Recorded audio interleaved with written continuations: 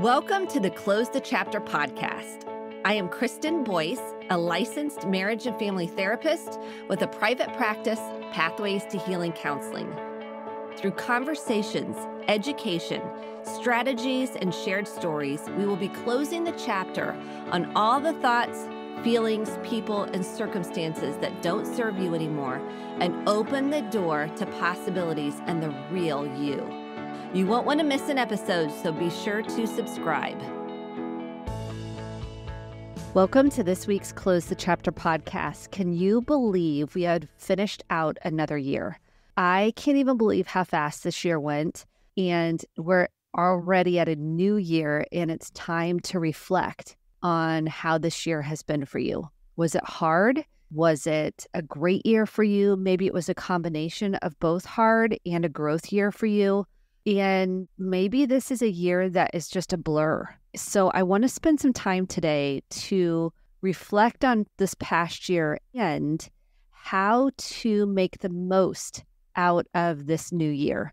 Because when we're more intentional, present, and focused, we are going to get more out of our day-to-day interactions with those we care about and love, and with ourselves. If we're kind of sleepwalking through our lives, we're not going to feel fulfilled, purposeful, meaningful, and have the life we want. So let's jump into this week's episode on reflection of this past year and what you want more of in this upcoming year. The reason why this is so important is because we don't spend a lot of time in reflection. Why is reflection so important? Because we start learning more about ourselves and self-awareness. If you've listened to this podcast at all, you know I am so passionate about self-awareness. That is the transformational element to making the changes you want in your life, or enhancing more of who you are and being authentic, vulnerable, and real in your life is self-awareness, knowing your strengths, your areas of growth, and what you want, what you don't want, what's okay with you, what's not okay with you, what your triggers are, how you can heal all parts of yourself. And that's a journey until the day we transition. Honestly, self-growth equals self-love. And so I want to really focus on this year on what you want more of in your life. So let's first reflect on 2023. So grab a notebook and a pen, or you can replay this if you're busy doing other things. This is an important exercise to self-reflect on. I did lots of journaling around these questions to just go within and get present. We're so busy with the hustle and bustle and everything we have to get done and the stress and work in our lives with kids, maybe grandkids, work, and family obligations that we don't spend a lot of time in reflection. So here's the first reflection question. What did you learn about yourself this past year? What did you learn about yourself? I learned about myself that my body gives me the answers. I knew this, but it was more apparent this year. The answers to when I feel afraid, which is really what anxiety is. When I feel scared, sad, my body is the first indicator to let me know to pay attention. I need to be doing some walking, some breathing, some journaling, some prayer. I need to tend to myself. So that was a big one this year. That was a huge reminder to me to notice my body, especially when I'm anxious about something. I feel it in my stomach, in my chest, and it's an indicator to recenter myself. So what did you learn about yourself this year? That was one that immediately came up for me. So maybe think about your stretch areas. What have you learned this year about what you want to change? Maybe what you've grown, what you've healed. What have you walked through that was hard that has helped you deepen a sense of empathy and compassion for yourself and others and really helped you grow as a person? Okay, number 2, what were some of the hardest moments of this year? This was a little bit of a harder question because hard is relative. So it could be a micro moment of something that was hard. I think mine was being present in the moment, and that was hard for a myriad of reasons. I can think about work, my family, things I have to get done around the house and get distracted and want to numb out on my phone or scroll social media. And it really took away from me feeling present and fulfilled in my life. And that's something I'm going to change in the next year. I want to be more intentional about the people that I care about and love. I want to tell them how much they have impacted me, how much they mean to me, and what specifically they have done to impact my life. So that was huge, is looking at the hardest moments and how did you grow from them. Number 3, let's talk about word of the year. If you have not done this, I have done this for the past 5 years maybe, is pick a word that I want to use as a guidepost for that year. Last year, I can go through all of my words in the last 4 years. So let me share those with you. So 2021 was create. 2022 was vessel, being a vessel for healing and growth. And I'm just the vessel. I loved that one. That was one of my favorite words. Last year was expansion of mind, body, spirit, and self. Expanding my capacity to love bigger, bolder, greater. And then this year, I've been really praying over my word, journaling about it, getting present to what that could be. I've had many words come through, and this word just keeps coming back, impact. What impact are you having in the world? Meaning, it doesn't have to be something grand. Mine is more a microcosm moments. What impact am I having? Am I present? Am I attuned? Am I empathic? How am I showing up for those in my life, for myself, for my family, for my friends, for my clients, for the Pathways clinicians? How am I showing up and having an impact? Am I present? Because if I am distracted with other things, I'm not showing up with all my parts. So impact keeps circling around. So I'm pretty sure that's going to be my word for 2023. When you're thinking about your word, what do you want to be a guidepost for this year? Those were some of my words. My family chose last year, my daughters chose growth and inspire, and my husband Mark chose presence. And those really, all the words resonate with me, but is there something that keeps coming up that is begging you to look at? So a couple of my other words were trust that everything happens exactly the way it's supposed to go. Trust that it's for my highest good. Trust universe or God, however you want to put that. Trust that your life is exactly the way it's supposed to be and the moments unfold as they will. So that word came up, but impact seemed to build in the word trust to me. And then another word that came up was joy or fun. I want to have more fun in the next year. I have been pretty focused on just raising my kids. Not that that's not fun. We have fun. What fun things am I doing in my life? So be thinking about, and joy is an emotion that comes and goes. It's finding the joy in the moment. So be thinking about your word, maybe for this next year, that's going to be your guidepost, a lamp, if you will, that lights the path that you can reflect on regularly. I like to check in with it often and see, how is this guiding me? To be clear, last year, expansion came up throughout the year. It wasn't a word that really lit the path for me. It did at the very beginning of the year, and then I lost a hold of it. So write it down, put it on a Post-it, use it as your way to check in with yourself to see, how am I doing this year? Am I making decisions based on my values or my word for the year? And it helps you get clear. So there's many different words you can pick. You can even Google words for the year and it can give you a list. And then you can journal about or highlight the ones that speak to you and then narrow it down to 3 and then go back and pick the one that really is speaking to you and then write it down. I would love to know your words for 2024. So if you want to tag me at Kristen D. Boyce on social media, Instagram or Facebook, I would love to see your words for 2024 and cheer you on. So that's the word for the year, picking a word as a guidepost. And as we continue to do more reflection time, this helps you. So if you're looking at your word from last year, spend some time on how that word impacted you or showed up last year for you. I did some journaling about that, and I feel like I expanded in my capacity to love bigger even though I felt like it was already there. It's always an expansion of self, an opening, if you will. So I did a lot of reflection on that. So look at what joyful moments you had this past year. What were some of the joyful moments? And sometimes this is really hard to access. And if joyful doesn't come up, maybe pick grateful. What are some of the most grateful moments you had this year? And these can be extremely impactful. It can be someone saying something to you that you needed to hear in the moment, someone showing up when you were rock bottom at your lowest. It could be a song that spoke to you. It could be an experience of a concert, or maybe you traveled somewhere that spoke to you. Maybe it's your pet that really had such an impact on you this year.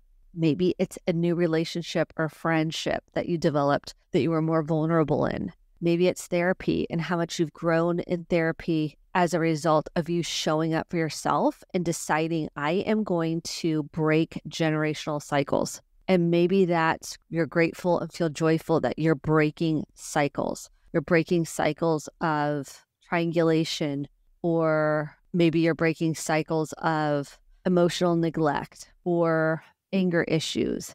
Maybe you're breaking the cycle on addictions or codependency. Whatever that looks like for you, write that down on maybe what you're grateful for that you're showing up and facing. You're facing these hard areas. The next question is, what were your growth or stretch areas? So my growth or stretch areas were, again, tying back to some of the other questions, but they all tie together, is my ability to be present. I feel like I was much more present and putting down my phone, but I still could have been even more present. I think presence is the greatest gift you can get another human being. And with my children, I'm very intentional. Like, I don't have my phone on. I put it down. And with my husband, I think we both can get on scrolling or getting on our phones. And I want to be so much more intentional of putting my phone down when he walks through the door, hugging him right away. And this is a challenge I gave to some clients. Hug the person that you care about every time you see them. And I know sometimes hugs can be hard for people, and they're so important. They say we need at least 7 hugs a day to have therapeutic impact. And so we are hug deprived. I hug my children often. I like to hug my friends, my coworkers. And if someone doesn't want to be hugged, ask permission. Would you like a hug? If they say no, that's okay. We don't want to just go out and hug someone if they're not comfortable with that.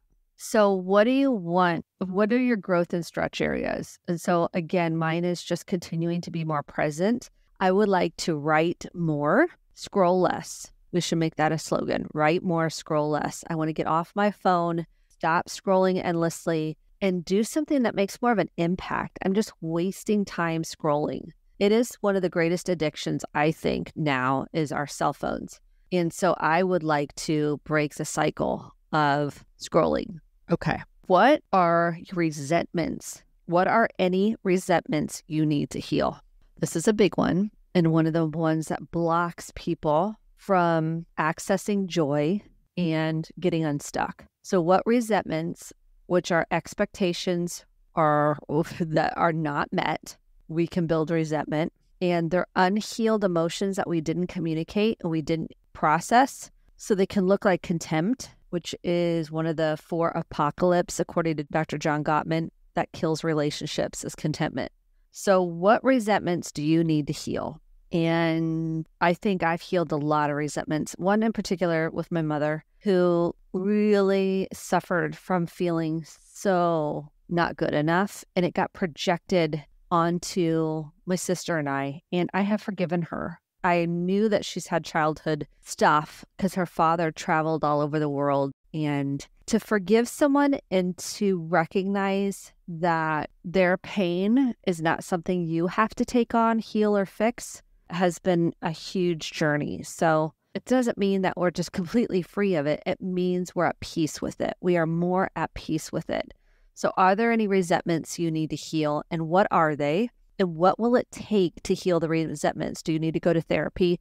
Do you need to do EMDR, eye movement desensitization reprocessing, maybe some brain spotting? Those are 2 treatment modalities that can help you get unstuck with trauma treatment modalities. Maybe it's more of writing it out to get it out. Maybe you need to write a letter to the person you're trying to forgive. It doesn't mean you have to send it to them.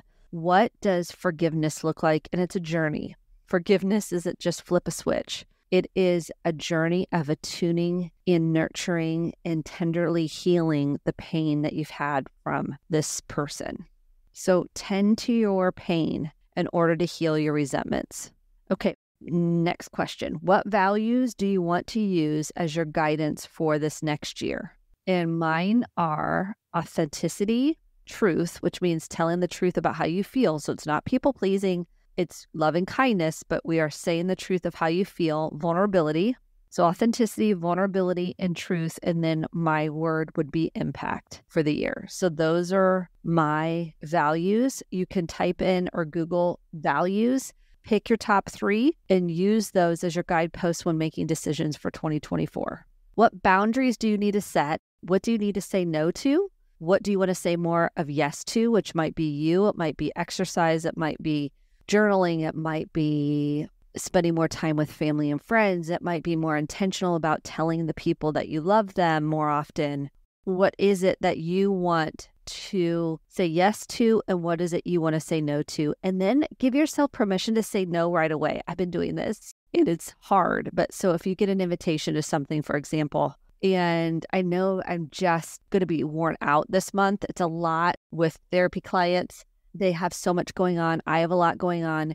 I love this time of year, and it can bring up a lot for folks. So typically I'm going to say no more so this month than I normally do. So giving myself permission to say thank you so much for the invitation. Unfortunately, I'm not going to be able to make it.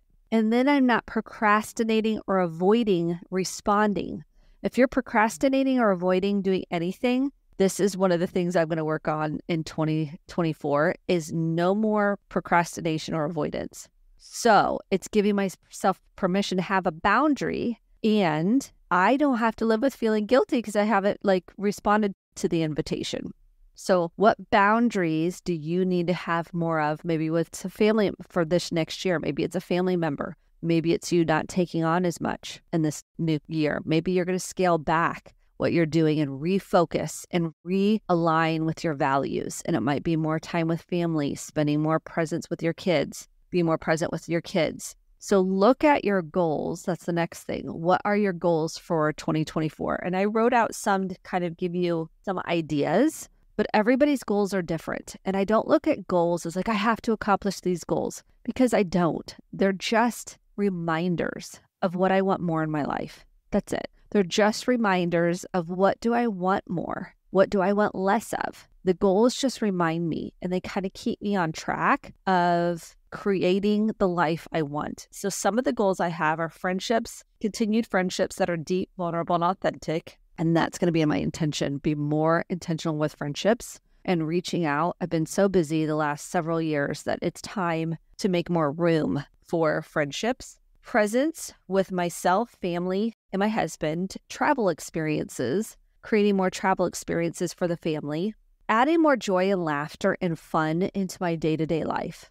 I have joy, I have laughter, but I'd like more of it, please. So I'm going to be more intentional about that this year. Again, being more intentional with the people in my life, telling them how much they mean to me, how much I care and love them. Text them, send them a card, send them a note, leave them a voice memo, call them up. I love voice memos. Those are great to send to people. Trust the process of life, letting go the need to know the future. I am really releasing this need to know the future. It's a journey. I'm not sure this will probably be a lifetime.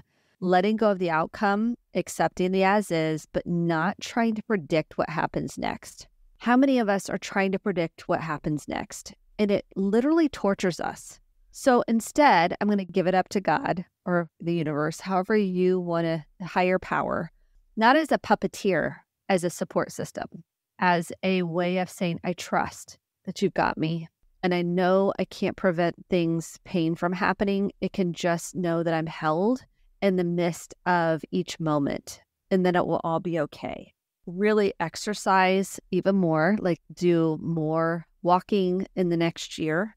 And I think keeping the house even more organized and getting rid of things. We have gotten into such a consumerism in this world. We are buy. We are inundated with what to buy, the latest and greatest. And what if we just stopped buying all this stuff? I mean, in some people, it isn't buying. Maybe it's food, maybe it's alcohol, maybe it's gambling, maybe it's something else that you really want to face and work through. But I'm not a big shopper. My mom was a big shopper. I just want to get organized and simplify, like simplification. We don't need much in life. We really don't. So it's about simplification and streamlining. And then faith, obviously, prayer, spending time in reflection and really leaning into that, whatever that looks like for you. But these are some of the things I just jotted down as I was doing some self-reflection. What are your goals or things that you want more of in your life to be more intentional about? Like, I love this, write more, scroll less. What does that look like for you? And that's the question when you're writing your goals out. What do you want more of in your life? What do you want less of? Maybe it's less conflict with family. Maybe it's less stuff. Maybe it's less alcohol. Maybe it's less holding on to the past. Maybe it's feeling like you want less of chaos and filling your schedule up. What does that look like? Kind of what are you letting go of? And it might be things, it might be people, it might be habits that it's time to face. What are you not facing that needs to be faced? And a lot of it comes from generational patterns that didn't get stopped, and now you have a chance to stop them. So what is it that you're going to face and really decide I'm going to take action towards? And there's so many more questions that we could go through. I mean, there's lots of reflection questions, and I really want to narrow it down to my top 3. My top 3 are, what did you learn about yourself last year? Self-awareness. Number 2 is, what was your word? How did it serve you? And if you didn't have a word, what is your word going to be for 2024? And what are your growth and stretch areas? Like, those are questions that I think all pertain to goals. Those, if we withered the questions down, I think are the top 3 most important ones. And I just want to say I'm so proud of you for facing hard conversations, hurts and pains that you've wanted to bury and maybe move away from. Maybe they were past traumatic experiences such as abuse, neglect, emotional, physical, sexual abuse of any kind, or trauma that you've decided is not going to rule your life anymore, that you're going to face it, move through it, and get to the other side of it. I see you. I'm so proud of you. And I want to say, don't give up. It gets hard in the pain, and we want to surrender and we want to give up. Maybe you're going through relationship challenges right now and you feel lost and alone and not sure where to turn. Just know that you are making a world of difference in your own life to break these patterns. And I always encourage people to look for support groups. And there's tons online. If you need a 12-step program, maybe you're working through codependency issues. We've done a lot of podcasts on codependency. There's a great support group called CODA, Codependence Anonymous. Maybe you're been married to an addict for a long time. Al-Anon is great. Or maybe you're struggling with an addiction of any kind. A is a great resource. Grief Share, if you're walking through grief. There's type in the issue and type support group after that, and there will come up lots of opportunities that are free of charge or maybe a low-cost support group. Get support. Don't try to do this alone. It helps to have accountability from other people, such as a therapist, a coach, a friend, a mentor, to let them know what you're working on. And I say, if you can, write in a journal, get a planner, get an organizer, start writing things out. It helps your brain process, metabolize what's going on in your body. And just know it's hard. Don't give up, because there's so many times we want to give up. We want to throw in the towel. This isn't about new year, new you. This is about freeing yourself to be yourself. That's so much deeper. And those things that cover us up, whether they're addictions or maybe they're habits and patterns, or maybe they're trauma from your past, that's really the bigger thing that keeps us stuck. We always set these things of like, I want to lose weight, which is great. And oftentimes when we do the deeper work, that comes along with it. Like if you're doing the deeper emotional work, some of those addictions get faced and dealt with in family of origin work. And it's not to blame anybody of your past, it's to have self-awareness. So I encourage you, seek other people out that are on a growth journey. Please, this is so important. Encourage each other, support each other, give each other the encouragement that we all want and deserve and need when we're doing this growth work. So friendships that are rooted in other people growing and evolving tend to grow together, just like couples that are doing work together, or they just have a growth mindset, are willing to talk about the hard things. They tend to do really well. Yes, they have pain and they have ups and downs, but they can weather the storm. So I so appreciate you listening to this podcast. Share this with someone that you would like to have conversations and you would like to reflect. I know some people answer these questions. They put them in an envelope and then they open them up the next year. Like they did their self-reflection, and then maybe with somebody they care about, a friend or a partner, they open up the envelope and they look at what happened this year, what were their goals, how did they do? And I do the word of the year with a family. So I encourage you to do that with your family too. It's fun to reflect on how was their word for this year? How was this year? Do some self-reflection. Talk as a family. Please talk as a family. It's one of my biggest encouraging points to you. Talk with the people around you about meaningful things. Don't shy away from them. Even if you're like, that's not my family, be the trailblazer. And if it doesn't go well, that's okay. At least you're trying to break generational cycles. So thank you for listening. I am encouraging you, lifting you up, cheering you on. If you need to hear this again, listen to it multiple times and know that we can do this together. Hard things are part of our growth journey and we will get through them. So thanks for listening and happy 2024. Thank you so much for listening to the Close the Chapter podcast. My hope is that you took home some actionable steps along with motivation, inspiration, and hope for making sustainable change in your life. If you enjoyed this episode, click the subscribe button to be sure to get the updated episodes every week and share with a friend or a family member. For more information about how to get connected, visit Kristen, Kristen, Boyce, BOICE.com. Thanks and have a great day.